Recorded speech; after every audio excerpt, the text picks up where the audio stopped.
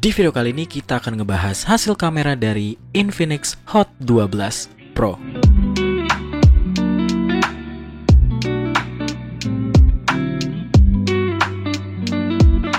Hey guys, selamat datang di Motion Gadget. So, di video kali ini kita akan ngebahas hasil kamera dari Infinix Hot 12 Pro.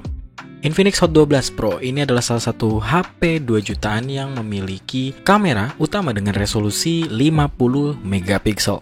Tapi gimana sih hasil dari kamera 50 megapiksel dari si Infinix Hot 12 Pro? Kita bahas di video kali ini. Nah, sebelum kita lihat hasil gambar atau video dari Infinix Hot 12 Pro, kita lihat dulu nih spesifikasi kamera yang dikasih Infinix di Infinix Hot 12 Pro. Infinix Hot 12 Pro punya dual kamera di mana kamera utamanya memiliki resolusi 50 megapiksel dengan aperture f1.6. Kemudian kamera sekundernya ini bonus, QVGA atau Infinix bilang ini sebagai kamera AI. Nah, untuk kamera selfie-nya dia punya resolusi sebesar 8 megapiksel dengan LED flash. Nah, spesifikasi yang dikasih oleh Infinix sepertinya ini bikin gue penasaran ya, karena ini secara harga 2 juta dapat 50 megapiksel yang kayaknya menjanjikan banget ya. Tapi kita akan lihat gimana hasil dari jepretan Infinix Hot 12 Pro. Nah, di video kali ini cukup spesial karena kita punya 4 segmen, di mana segmen pertama kita lihat hasil jepretan auto dengan HDR dan non-HDR. Kemudian di segmen kedua kita lihat hasil kamera 50 megapikselnya Infinix Hot 12 Pro.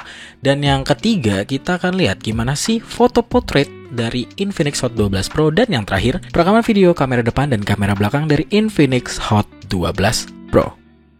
Tanpa panjang lebar, ini dia hasil foto dari Infinix Hot 12 Pro di mode auto. Nah, di foto pertama kalian bisa lihat, di sebelah kanan ini pakai HDR dan di sebelah kiri nggak pakai HDR. Nah, kalau misalnya kita lihat secara kasat mata, hasil yang HDR ini sedikit lebih terang dibandingkan dengan yang nggak pakai HDR. Ya, sama seperti yang sebelum-sebelumnya ya. Kamera foto dari HDR ini lebih baik dibandingkan dengan yang nggak pakai HDR untuk dynamic range-nya. Tapi tetap, di kedua foto ini langitnya overexpose, alias kita tidak bisa melihat nih awan-awan yang ada di foto ini. Tapi yang jelas untuk hasil HDR kita bisa lihat di pohon ini yang ada di tembok. Ini di HDR sedikit kelihatan dan warnanya nih hijau. Dan ya kalau misalnya kita lihat detail-detail di gedungnya, emang ini kedua foto ini cukup baik mendapatkan detail-detail yang cukup kecil seperti di bagian rangka-rangka di jendela ini. Kalau misalnya kita lihat lagi, ada beberapa yang menghilang di HDR. Nah, contohnya di bagian tembok yang sini. Nah, ini di HDR ini seperti kayak di amplas ya, hilang aja gitu detail-detailnya. Yang sebelah sini, yang sebelah kiri yang pakai HDR, yang di sebelah kiri yang nggak pakai HDR, ini ada beberapa detail-detail yang menghilang di foto HDR. Ini gue nggak tahu nih kenapa, kok bisa-bisanya ya menghilang seperti ini.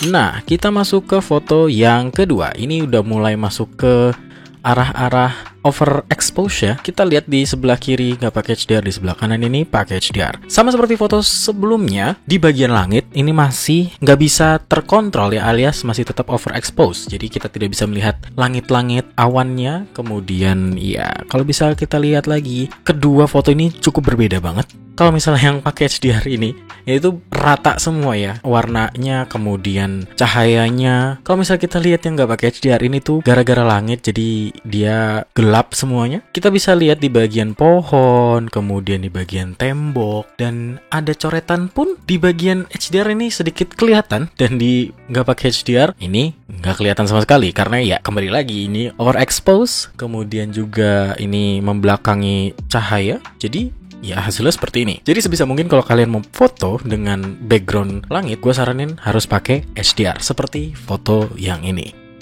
Nah, kita masuk ke foto indoor. Nah, di sini ada foto di dalam MRT. Kedua fotonya ini sebenarnya sama-sama aja sepertinya. Hasilnya tetap bagus-bagus aja di dalam ruangan. Dan kalau gua zoom, ini detail ya, cukup detail, tajam. Dan kedua fotonya ini tuh nggak ada bedanya sama sekali ya untuk HDR dan non-HDR. Jadi kedua fotonya ini kembali overexpose di bagian jendela. Dan untuk overall di foto yang ketiga ini cukup baik menangkap detail dan juga ketajaman. Nah, kembali lagi di foto yang keempat, di luar ruangan. Nah, di foto ini keduanya nggak ada bedanya ya, di foto HDR maupun yang nggak pakai HDR. Dan untuk detail, kalau misalnya gue zoom, ini tuh ada beberapa catatan dari gue. Ini kalau misalnya kita zoom, ya kamera 2 jutaan pasti over sharpening seperti ini ya. Tapi kalau misalnya enggak, ya ini tuh tajam banget hasilnya, detail. Terus juga di bebatuan-bebatuan di rel kereta ini, ya kelihatan ya, walaupun dari jauh. Dan ya, ini cukup baik untuk menangkap detail. Nah, kita masuk ke segmen kedua, yaitu melihat hasil jepretan dengan mode 50 megapiksel. Gimana hasil dari kamera 50 megapiksel Infinix Hot 12 Pro? Ini dia hasilnya.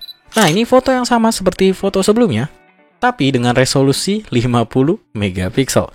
Nah, kalau misalnya kita lihat nih, untuk size dari fotonya, ini tuh 13,7 megabyte. Dengan dimensi foto 8160 x 6120 pixel. Ya, ini 50 megapiksel.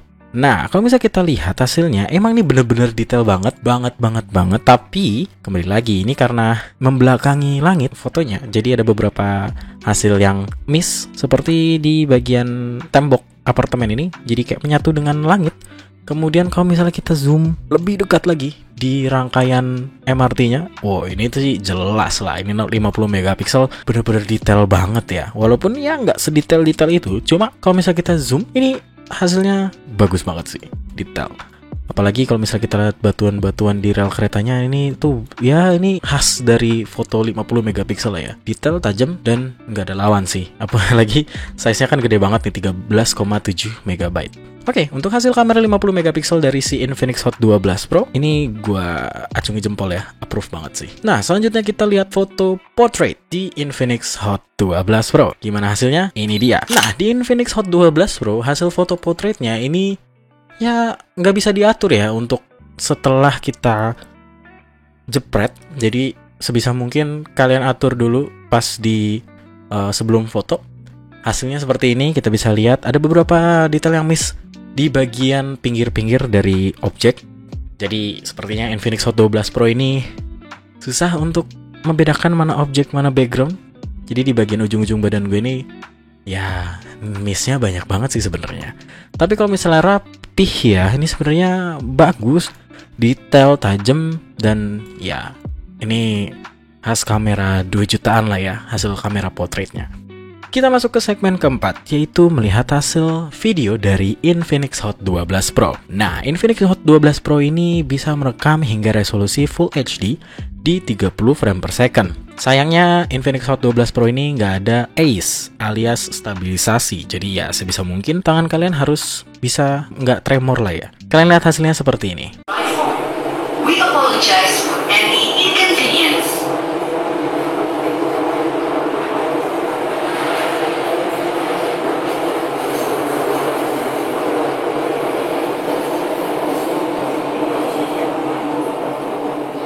Oke, ini adalah hasil kamera depan dari Infinix Hot 12 Pro.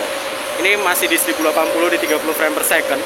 Kalian bisa dengar sendiri suaranya seperti ini dan hasil gambarnya seperti ini. Ya, di harga 2 jutaan sih ya masih wajar-wajar aja ya hasil kamera seperti ini ya. Nggak ada ACE, terus juga kayak cat air gitu hasil gambarnya. Ya, itulah ya. Kalian nilai sendiri kayak gimana hasil kamera depan. Oke, itu adalah hasil kamera dan juga hasil video dari Infinix Hot 12 Pro. Gimana menurut kalian? Apakah hasil video dan fotonya ini sesuai dengan ekspektasi kalian? Atau mungkin melebihi dari ekspektasi kalian? Sekian aja video kali ini, kita ngebahas Infinix Hot 12 Pro. Klik tombol like jika kalian suka dengan video kali ini, dan klik tombol dislike aja jika kalian tidak menyukai video kali ini. Dan jangan lupa untuk subscribe gue di sebelah kanan. Dan jangan lupa untuk tonton video yang lainnya di sebelah kiri. Sekian, Dwiki pamit. Have a nice day. Bye-bye.